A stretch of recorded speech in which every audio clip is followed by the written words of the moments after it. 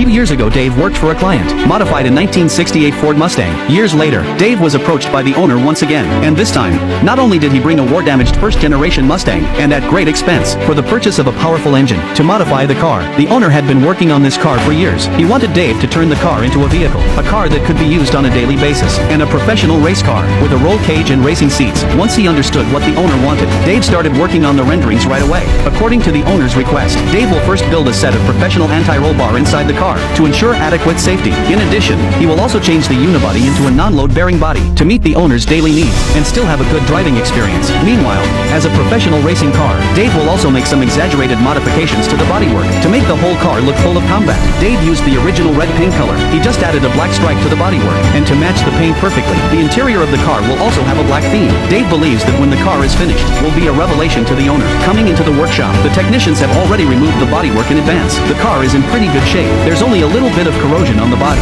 That makes the mechanic's job a lot easier. Now they just need to remove the original floorboards, and change the unibody to a non-load-bearing one, and then, with the chassis, and start making the roll cage. In order to maximize the safety of the driver, Dave's going for a more reliable approach this time. He was going to attach the roll cage to the chassis, so that they're one and the same. Not only did they have to take into account the curvature and direction of the bends in each section of the tubing, they had to make some modifications to the frame inside the car, to hide each section under the bodywork as much as possible. But even with all the cuts made to the bodywork, the small space inside the car, it's a lot of trouble to install. The technicians have to keep on adjusting and modifying, until the fit is perfect. Then the roll cage can be welded to the chassis, and to prevent rust and corrosion, inside the body and on the roll cage, the bodywork and the roll cage are coated with a layer of antioxidant paint. After all, this is a matter of safety. After the body and chassis have been combined, the next step is to rebuild the details. Firstly, the rear of the car. The distance between the original bumper and the body is almost 1 centimeter, so in order to make the rear end look more coherent, the technician has to fill in the missing parts on the top first, to make it fit the car body. After finishing the bumper, the next step is to focus on the rear end. In order to create the feeling of a professional race car, Dave designed an exaggerated spoiler for the rear, but this design requires a lot of craftsmanship. Every single shape on it has to be made bit by bit, and when they're put together, the technician cuts 2 holes in the top, to fit the exhaust tailpipe. Although they don't have modern equipment, but it's the craftsmanship that is the essence of a customized car. After the rear end has been modified, the front of the car was next. Due to the length of the video, I will present the final result in the next video. If you like it, give me a follow. We'll see you in the next episode. This is an incredible car transformation.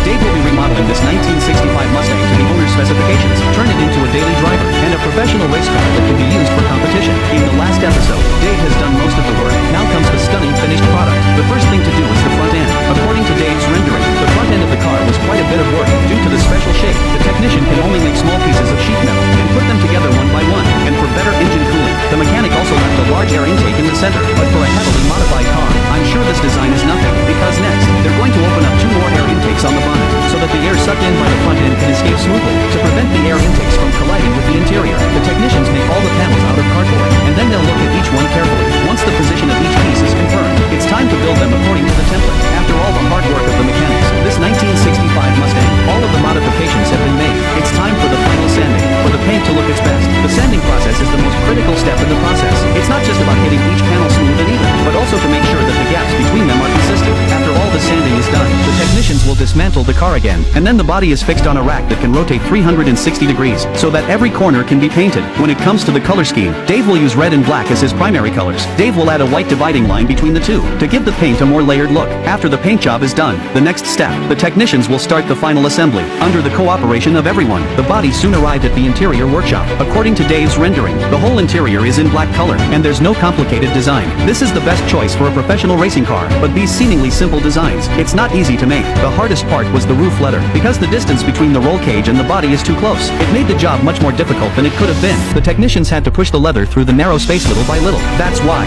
it's not easy to modify a car perfectly, especially when it's a heavily modified car like this one. Everyone in the team puts a lot of effort into it. Now with all the work well underway, after 60 days of hard work, this 1965 Mustang is finally finished. Although there were many difficulties in the process of modification, but after seeing the car go from the drawing board to reality, Dave felt it was all worth the effort. The exterior of the car is quite understated. It's it's hard to associate it with racing, but when you open the door, it's a different story. The special racing seats and the thick roll cage, all these details tell you that this is not a car to be messed with. And in the design of the exterior, Dave's got the details down to a science, compared to the way it looked before. The redesigned front end, it's a much more modern aesthetic, especially with the beautiful paint job. The whole car has a 360-degree aesthetic. In addition, Dave also did a lot of work on the rear. Not only did he reshape the bumper, he also made an exaggerated spoiler underneath the rear. These changes in detail added a lot of dominance to the car. If there's one area that Dave is most pleased with, is the clean, well-organized cabin, and the engine has almost 900 brake horsepower. It's a real performance monster. This is the end of this video. If you like it, you can like and follow me. See you next time.